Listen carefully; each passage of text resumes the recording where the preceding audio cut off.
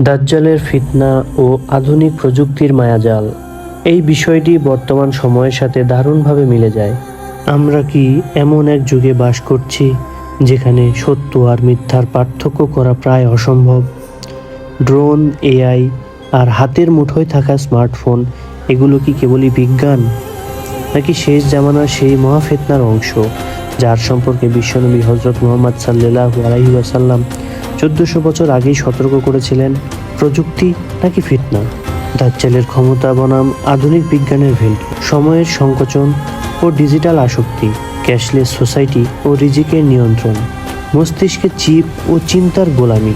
হাদিসে বর্ণিত আছে, দাজ্জালের হাতে এমন ক্ষমতা থাকবে যা দিয়ে সে আকাশকে আদেশ করবে বৃষ্টি হবে, মাটিকে বলবে ফসল দেবে।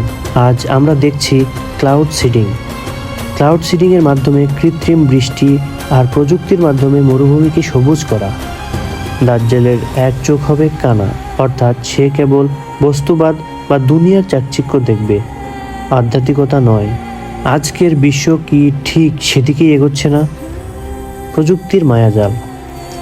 বর্তমানে আমরা দেখছি ডিপ ফেক বা মেটাভার্সের মতো প্রযুক্তি, যা নেই তাকেও চোখের সামনে জীবন্ত করে তোলা হচ্ছে।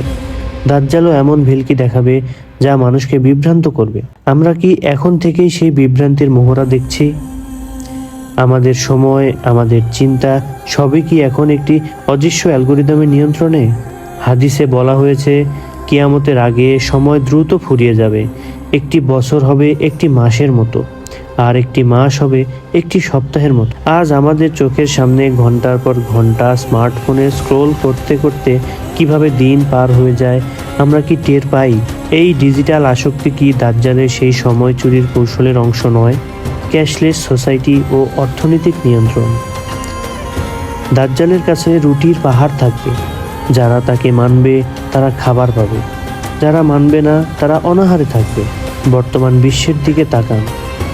ডিজিটাল কারেন্সি আর সেন্ট্রাল ব্যাংকিং সিস্টেমের মাধ্যমে কি পুরো পৃথিবীর মানুষের রিজিক বা সম্পদ একটি নির্দিষ্ট হাতের মুঠোয় চলে যাচ্ছে না? আপনার একটি ক্লিক বা একটি অ্যাকাউন্ট বন্ধ করে দিলেই আপনি কি নিঃস্ব হয়ে পড়ছেন না? চিপ বা বায়োটেকনোলজি। আজ মানুষের মস্তিষ্কে চিপ বসানোর কথা হচ্ছে, মানুষের ডিএনএ পরিবর্তনের চেষ্টা চলছে।